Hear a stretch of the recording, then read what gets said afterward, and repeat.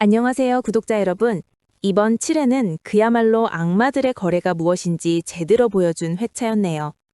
6회의 충격적인 박재상 죽음 이후 태석과 상하 부부가 어떻게 다시 수면 위로 올라오는지, 그리고 그 과정에서 얼마나 처절하게 자존심을 내팽개치는지 하나하나 짚어보겠습니다. 1.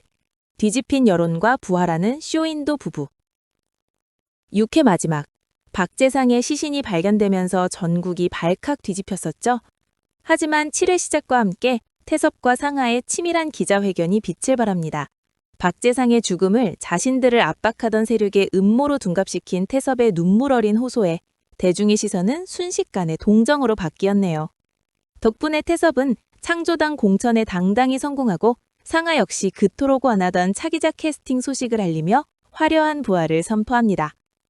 하지만 권력을 쥔 양미의 꼴을 가만히 보고 있을 리 없죠. 부와 권력을 손에 쥔 양미의 보이지 않는 손이 뻗치면서 상하가 그토록 공들였던 캐스팅은 허무하게 날아가 버립니다.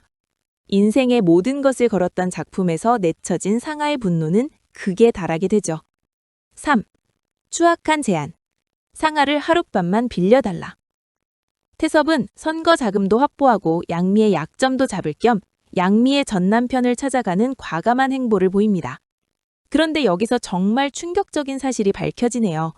양미의 전 남편에게 상하는 첫사랑이었다는 것입니다. 그는 태섭에게 상하를 하룻밤만 빌려주면 거액의 돈을 주겠다는 입에 담기도 더러운 성상납 제안을 건넵니다. 정말 소름 돋는 건 태섭의 반응이었네요. 그는 화를 내기는커녕 우리는 혼우순결 부부라며 너스레를 떨고 그의 비위를 맞추며 상황을 넘깁니다. 권력을 위해서라면 아내를 향한 추잡한 욕망조차 비즈니스의 도구로 이용하는 태섭의 냉혈한 면모가 돋보인 장면 같네요. 3. 양미의 복수와 정원의 비상. 양미의 계략은 상하의 상상 그 이상이었습니다. 상하가 갈망하던 작품 4개의 주연 자리에 다름 아닌 정원이 발탁된 것이죠. 심사위원이었던 양미가 직접 정원을 찍어내린 결과였습니다. 상하의 상대역으로 정원을 세워놓고 정작 상하는 무대 밖으로 내쫓아버린 것인데, 이는 상하의 자존심을 밑바닥까지 짓밟으려는 아주 잔인한 복수극으로 보이네요.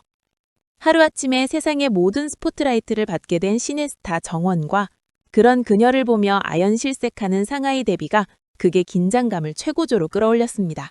결국 상하는 양미를 직접 찾아가 단판을 짓기로 결심합니다. 양미의 야심은 단순히 상하를 괴롭히는 것이 아니라 대선 후보인 손국원 의원을 청와대에 입성시켜 WR 그룹을 통째로 집어삼키는 것이었죠. 그리고 그 판을 짜기 위해 새끼 호랑이인 태섭이 꼭 필요한 상황이었습니다. 여기서 상하는 믿기 힘든 거래를 제안합니다. 나에게 작품을 돌려주면 태섭을 당신에게 주겠다는 것이었죠. 양미는 상하를 완전히 굴복시키기 위해 변기에 골프공을 던져 넣으며 말합니다. 내 발밑이라면 거래에 응하겠다고요.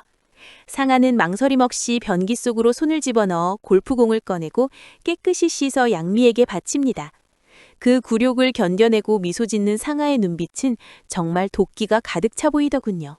거래 성립 후 상하는 다시 화려하게 복귀하고 태섭의 선거 전면에 나서서 대대적인 내조를 시작합니다.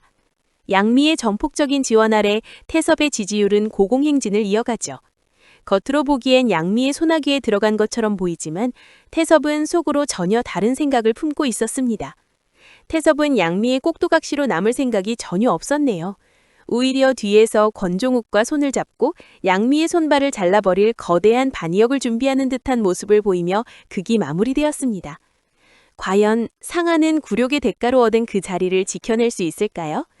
그리고 태섭이 준비한 양미 제거 작전은 성공할 수 있을까요? 갈수록 인물들의 본색이 드러나며 파국으로 치닫는 가운데 과연 8회에서는 또 어떤 뒤통수 치는 전개가 기다리고 있을지 너무나 기대되네요.